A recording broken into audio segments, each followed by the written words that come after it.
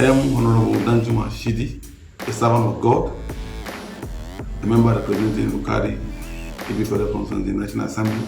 I want especially today to wish my father in the Lord, Pastor Apostle Suleiman Johnson, a happy 50th birthday. I want to wish him good health. I want to wish him prosperity. I want to wish him success in soul winning across Nigeria and beyond.